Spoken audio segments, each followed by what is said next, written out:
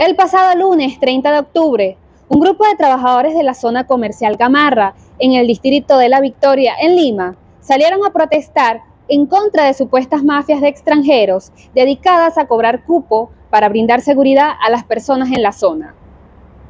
Los medios de comunicación, las redes sociales y los comentarios de las personas en la calle eran que estaban cansados de tener que pagar constantemente para poder trabajar en las avenidas de este distrito de la capital.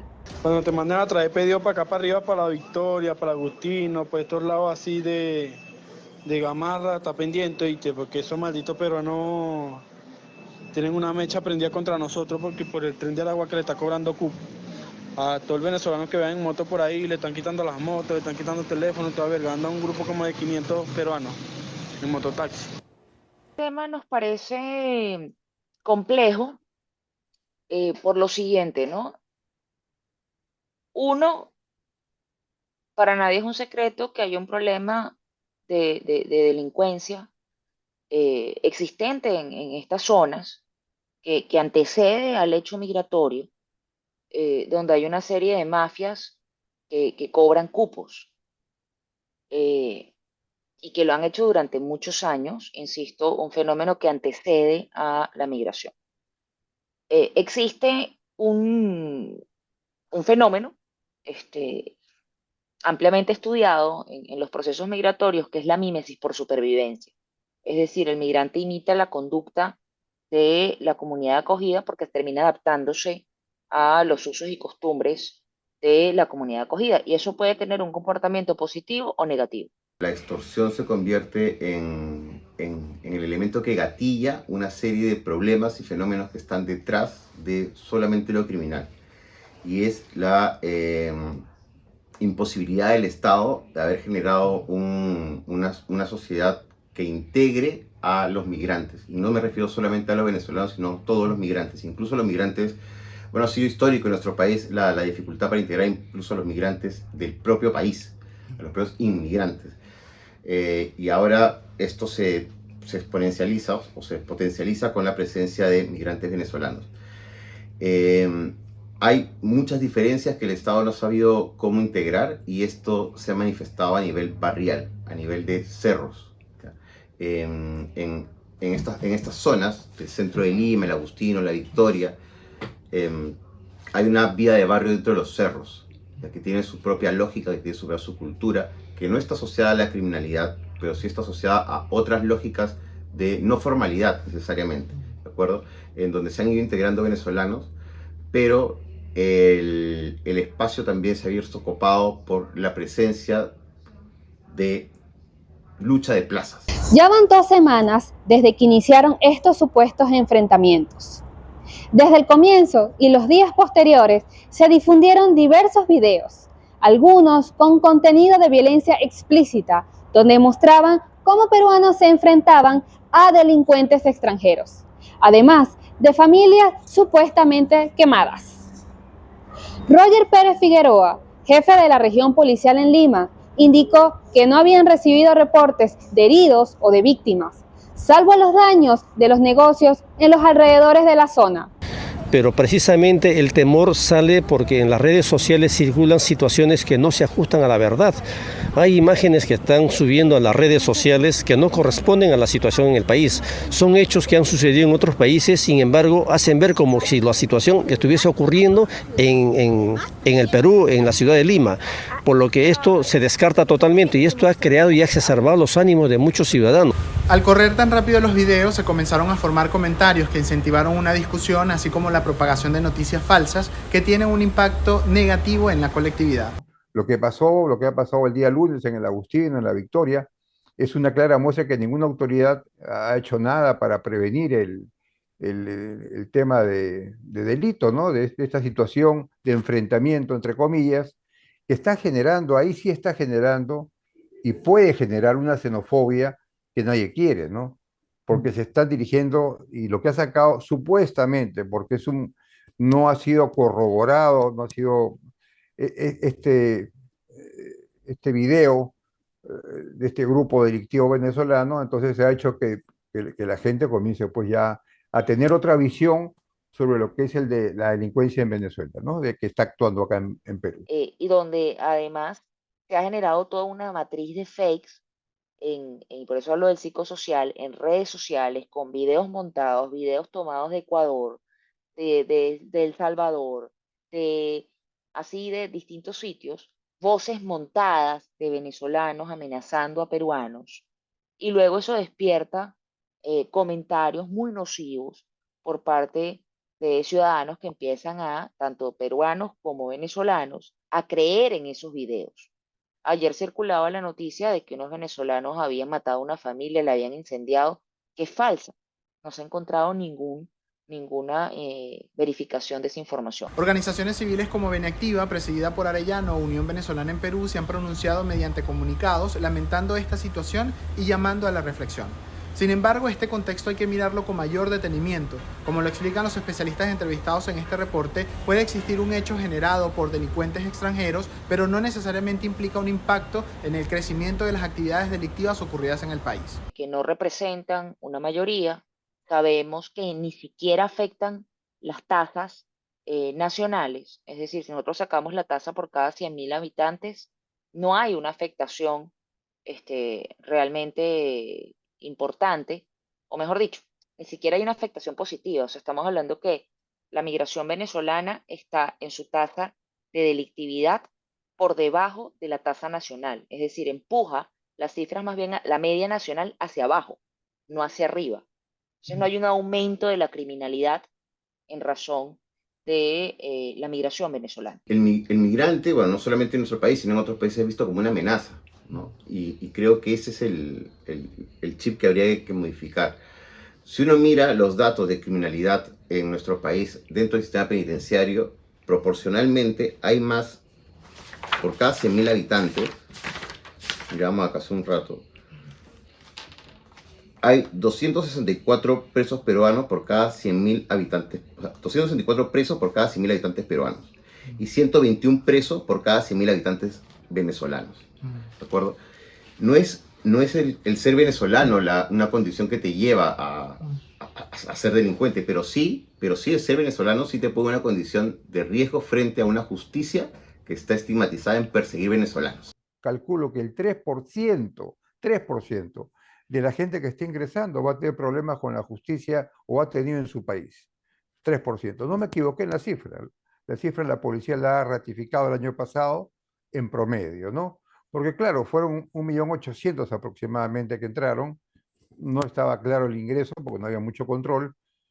Pero ese poquito que entró, a cualquier ciudad del mundo, tú le pones 20 y tantos mil personas. De 1.800.000 no es nada, pero para el delito es mucho. Entonces ya veníamos con una delincuencia propia cargada, que nos hacía problemas a los ciudadanos. Desde la noche del 1 de noviembre comenzó a circular en redes sociales un video de unas personas encapuchadas que formaban parte de la supuesta banda de los gallegos. Porque si no hay paz para los venezolanos trabajadores, no habrá paz para los peruanos que apoyan la xenofobia. Comenzaremos a matar a todos los motorizados peruanos que estén en los paraderos de La Victoria, Gamarra, 28 y cualquier otro distrito que se preste. Esperamos que se normalice la situación con los venezolanos trabajadores. Estamos en Perú. Atentamente, los gallegos. Su mensaje fue directo: atacar a los motorizados peruanos xenofóbicos que circulan por La Victoria. No es culpa, digamos, de la delincuencia venezolana que hoy estemos tratando una inseguridad muy grande, pero sí es un factor que ha influido, definitivamente. Eso hay que ponerlo claro, ¿no?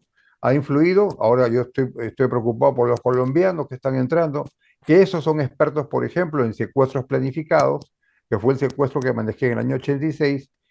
Y entonces también es preocupante. Tenemos también ecuatorianos, tenemos bolivianos, o sea, en menos cantidades, pero nuestro país se volvió atractivo para el crimen, para el delito en general, cuando entró Pedro Castillo al gobierno. No hay una correlación entre nacionalidad y delictividad. Lo que tenemos es que en la migración, o sea, hay una causalidad de por qué la gente llegó, y la gente llegó no para delinquir, la gente llegó porque estaba huyendo de la situación de Venezuela. Entonces, el propósito, el motivo de estar en el territorio de donde se toma entonces este universo, como no tiene como propósito cometer actos delictivos, no tiene un comportamiento delictivo mayoritario. Cuando hablamos de Venezuela, las cifras de criminalidad son otras. El problema actual de la seguridad ciudadana en Perú va más allá de la conformación de bandas delictivas por extranjeros. Como lo señalaron los expertos, hay una falla estructural que viene desde el Ejecutivo y que ha permitido actualmente que se refleje en la inseguridad de esta manera. El jueves, tan solo unos días después de este hecho, la presidenta Boluarte dijo esto. El Perú ahora es un país que está en calma, que está en paz. Sin embargo, los especialistas coinciden en que es indispensable fortalecer las políticas en materia de seguridad para evitar que siga escalando más. Para ellos, esto debe partir por educar y robustecer los sistemas de capacitación y educación de toda la estructura encargada de la seguridad ciudadana. Nuestra policía, nuestra justicia, están actuando pues de una forma no adecuada, ¿no? Entonces, y el porcentaje de presos que había mayoritariamente eran venezolanos. Hoy día, por ejemplo, te puedo decir de que de los 93.000 delincuentes que tenemos en las 68 prisiones de Perú, ¿no es cierto?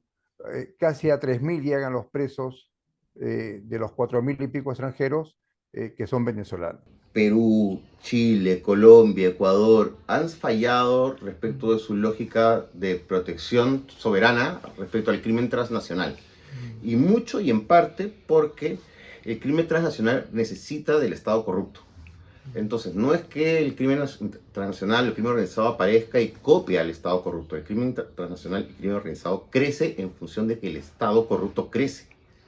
¿De acuerdo? Entonces, eso es lo que ha venido ocurriendo y eso también ha venido permeando las vallas de seguridad y ha permitido el ingreso de muchas facciones y también muchos relatos de decir yo soy parte del Tren de Aragua cuando no eres parte del Tren de Aragua, sino que eres solamente una organización delictual, ¿no? Entonces, si ha habido una falla respecto al marco migratorio, ¿de acuerdo? Pero creo que no queda solamente ahí, sino queda también en labores de inteligencia que se debiese hacer, coordinar con otros países y también en territorio, y para eso es necesario llevarse bien con la comunidad, hacer trabajo comunitario para poder tener mejores impactos en el trabajo de investigación criminal.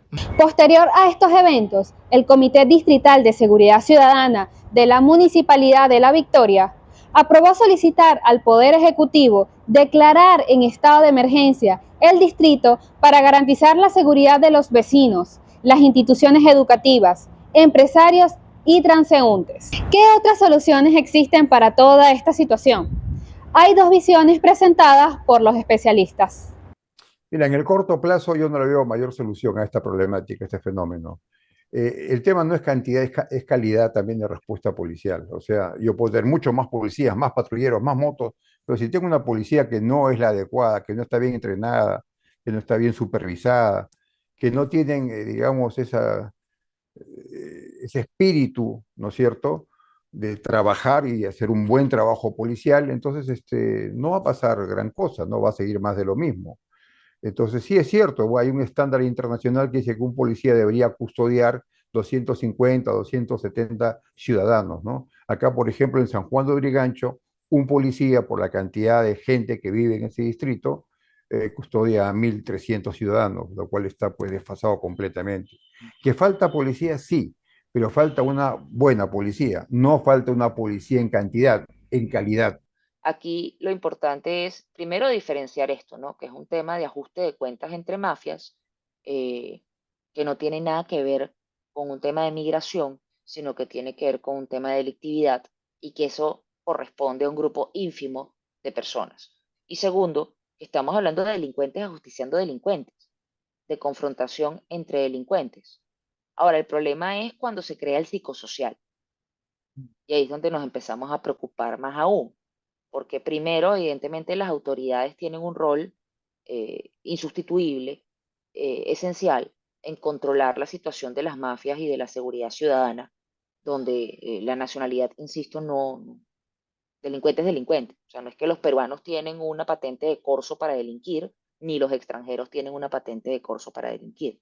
En penales tenemos gente solicitante de refugio, tenemos gente con documentación y sin documentación, pero un número importante sin documentación que han sido documentados por operativos especiales de la Superintendencia Nacional de Migraciones este año.